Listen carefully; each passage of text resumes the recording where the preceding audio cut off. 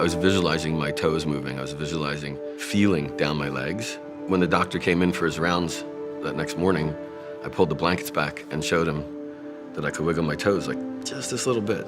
I think when your mind sets the direction, the body follows. I was visualizing it. I was having like phantom movements, like my hands weren't moving, but I could feel my hands moving. I believe that God will send anybody through these doors that needs our help, period. And that's the reason that they're here.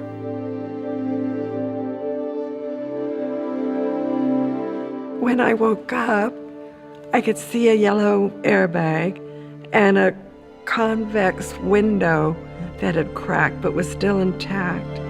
Suddenly, I felt all the electricity go out of my body. And I said to Patrick, you know, I'm paralyzed. I'm falling, help me. They just told me that my spine was broken and I was never gonna walk again. My legs would give out. I'd fall and hit the ground. Drag myself over to a car, pull myself up, and stand there. Jamie was in an accident and he was being airlifted to the nearest trauma center.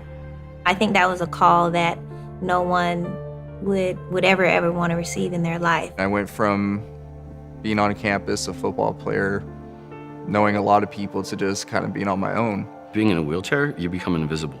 People are ashamed or afraid or overly polite to look at you, and it does make you more of a voyeur. You know, you're watching life around you. They told me that I would get about 30% mobility back. So not even a 30% chance to make 100% recovery, just 30% mobility back. Just from here down, everything went away in a split second. I woke up and I couldn't move. And that's when they did the MRI, and then they found a tumor inside my spinal cord. They just thought I would, you know, be paralyzed for the rest of my life. Crushed the spinal cord to the thinness of a paper ribbon. I couldn't see anyone. I tried to open my eyes, but the only thing I saw was just everything was white, and the people were kind of just like totally black, like shadows. And all I could hear was just voices. Am I gonna walk again? Am I gonna be okay? You know, am I gonna make it out of this? They didn't have a lot of answers. They said, yeah, because you're 75 years old, you're too old. You're not gonna be able to handle it. You won't walk again. And I thought to myself, doctor, you don't know me. When the power wheelchair broke, I was just like, you know, maybe this is another sign from God that I don't need this anymore. You really have to look at it like my life isn't over. It's another chapter in my life. You know, we all have disabilities, just that one of mine is visible. This doctor asked me if I wanted to try an operation where they would cut my spine open, remove the spinous process, which is the part that looks like a stegosaurus, pull the spinal cord out, and then shave the tumor off as much as they could without actually cutting into the spinal cord. He looked at me and he says, look, I don't think that the operation worked. And for me, it was like being kicked in the head. And I thought, you're not working from the inside. So I started meditating. You never know how strong you are until being strong is the only choice you have. That sled that we pushed today, I think, had 130 pounds, but my record is 160 pounds. Cody did 100 leg presses the other day. For a paralyzed person, that's pretty damn good, I think. He was pushing 25 pounds, 100 times. I heard about Jeff Lefkowitz through a friend of mine, and from day one, it has been a game changer. I thought I had reached a real plateau. Jeff is very creative. Like exercise, I'm like, how did you think of that? And I'm like, what are you making me do? Sometimes it's torture, but he does it because he wants to help me and understand that. It's like the love-hate kind of relationship. He made me do 100 squats on my first day. And I was like, man, this guy's crazy, you know, he's making me do things that I've never even done before.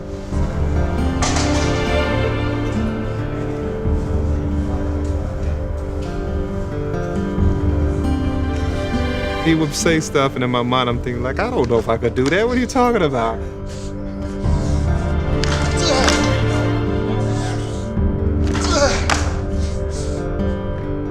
And he's like, yeah, you could do it. And I'm like, okay. And most of the time, I could do it. When you do hands-on healing work with people, you have to have some sort of spirituality because of just the energy exchange between you and the person, and sometimes you just find that there's much more than you that's kind of guiding you through a process. He said, you're proof that mind over matter is a real phenomenon because people with your mentality are the ones that I can help. I believe that these guys are in the biggest battle of their lives, you know, and I believe that this is the front line, this is the trenches. And so we're in this battle together, and you know what? If they're gonna fight as hard as they're gonna fight to come back from this, well, I'm gonna fight equally as hard, if not harder, for them. First day I met Jeff, he was kind of strict. I didn't know he was gonna smile or what. Good. Through the heels, now drive those knees down. Drive those knees down towards the floor. Smash it. Good. I think he was gonna go really hard on me, but he's an amazing person. He's such a soft heart. It's unbelievable. One of my big pet peeves is if I ask somebody to do something and they start telling me, well, I can't do this because of this, and they already start talking themselves out of it before they've actually given it a shot. I'm not having this conversation with you about your disbelief. Your mental attitude and having a positive approach to your recovery is probably 90% of it. It took a little bit, but eventually I was able to convince him, hey, let's have you jump up on a box. And he hadn't jumped in years. Positive energy, constant exploration. If he asked me to do something and I had too much difficulty doing it, he would rethink it immediately and approach it from another angle, not give up on it. Let me just change my mind frame. Instead of thinking, let me get through this, let me start thinking, this is another great opportunity for me to start walking. But it's one step closer to my recovery. Instead of saying, I want to walk again, I tell myself I am going to walk again.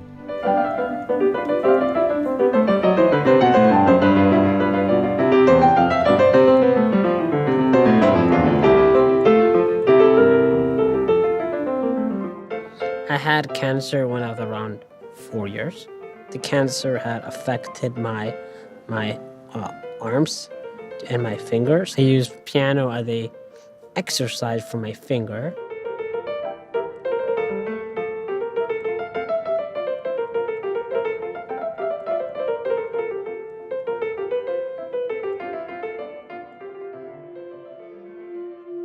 We have miracles that happen here. When good people come together, good things happen. Once a month, we try to put together an outing because it puts people more at ease when they can go out into the community together, have the support of one another, because logistically for people to get out that have paralysis, it's really difficult. But coming together, you know, they feel security in the group, so everybody's able to be out and be free. I'm gaining my independence back. And I had a little twitch in the left finger like that, and I was like, oh, shoot. And that day, 7 of the 10 fingers moved, and my toes moved that day. Everybody's given different cards, and everybody has different hardships. Are you going to live with that as your, maidenhead? Is that going to be how you move forward? I'm a paralyzed person. No. You can't give up. You got to keep going. At night, I always ask God, I says, look, I need you to watch over my family and my friends. Don't worry about me. I come last, but take care of them. I have said in prayer to God out loud, that whatever it takes, no matter what, we're going to do this.